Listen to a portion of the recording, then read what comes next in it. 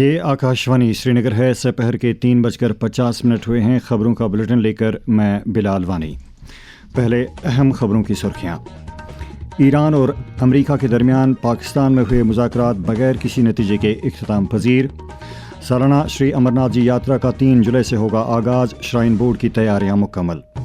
خواتین reservation act کو لاگو کرنا حالات اور وقت کا تقاضا، وزیر اعظم نریندر مودی۔ اور معروف پلے بیک سنگر آشا بھونسلے 92 سال کی عمر میں فوت۔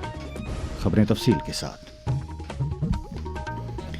ایران اور امریکہ کے درمیان اسلام آباد پاکستان میں ہوئے مذاکرات بغیر کسی نتیجے کے اختتام پذیر ہوئے ہیں۔ امریکہ کے نائب صدر جے ڈی وانس نے، جو امریکی وفد کی سربراہی کر رہے تھے، نے کہا کہ ایران نے نیوکلیئر ہتھیار نہ بنانے کے علاوہ امریکہ کی دیگر شرائط ماننے سے انکار کیا ہے۔ ادھر ایران کی وزارت خارجہ نے کہا ہے کہ 3 اہم مدعوں پر اختلافات کی وجہ سے فریقین کسی نتیجے پر نہ پہنچ سکے۔ واضح رہے کہ فریقین کے درمیان اسلام آباد پاکستان میں 21 گھنٹوں تک جنگ بندی کے لیے مذاکرات جاری رہے۔ اس دوران مرکزی سرکار نے ڈیزل پر برآمدی ڈیوٹی 21.50 روپے فی لیٹر سے بڑھا کر 55.50 روپے فی لیٹر کر دی ہے۔ وزارت خزانہ نے کہا ہے کہ ایویشن ٹربائن فیول کی برآمدی ڈیوٹی 29.50 روپے فی لیٹر سے بڑھا کر 42 روپے فی لیٹر کر دی گئی ہے۔ یہ فیصلہ ملک میں ڈیزل اور اے ٹی ایف کی معقول دستیابی کو یقینی بنانے کی غرض سے لیا گیا ہے۔ اب پیش ہے امرناتھ جی یاترا 2026 سے متعلق یہ خبر۔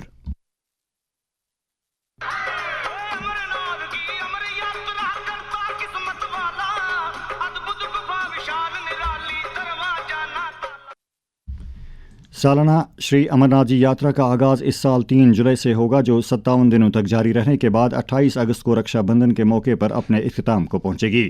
یاترا کے لیے ملک بھر میں Jammu Kashmir bank, Punjab national bank, state bank of India اور یس بینک کی 554 شاخوں پر رجسٹریشن سہولیات دستیاب رہیں گی۔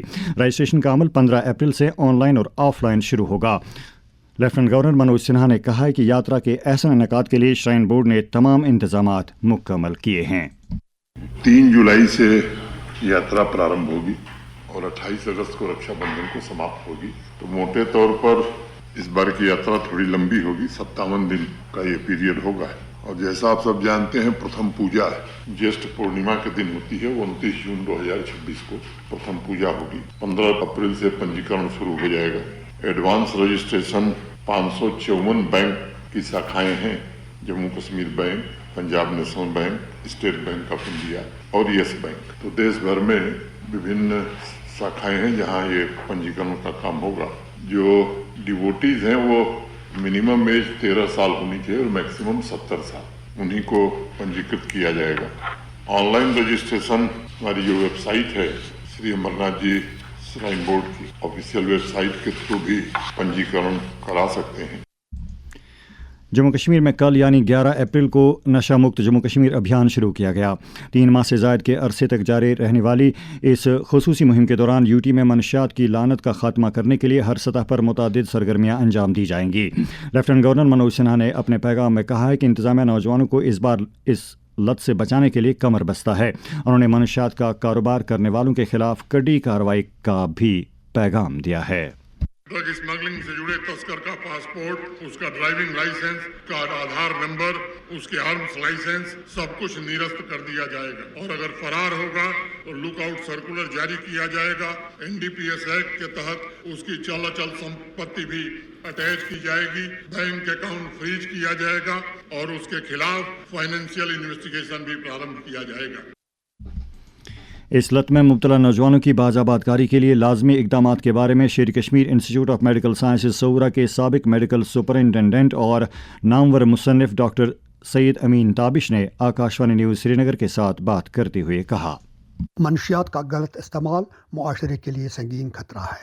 یہ نہ صرف جسمانی و ذہنی صحت کو تباہ کرتا ہے بلکہ خاندان اور سماجی ڈھانچے کو بھی متاثر کرتا ہے۔ نشہ انسان کو بے راہ روی، جرائم اور غربت کی طرف دھکیل دیتا ہے۔ اس کے نتیجے میں نوجوان اپنی صلاحیتیں کھو بیٹھتے ہیں اور معاشرہ ترقی کے بجائے زوال کا شکار ہوتا ہے۔ منشیات کی لت کی بنیادی وجوہات میں ذہنی دباؤ، بے روزگاری، معاشرتی دباؤ اور غلط صحبت شامل ہیں۔ اس سنگین مسئلے سے نمٹنے کے لیے آگاہی، تعلیم اور اجتماعی کوشش نہایت ضروری ہے۔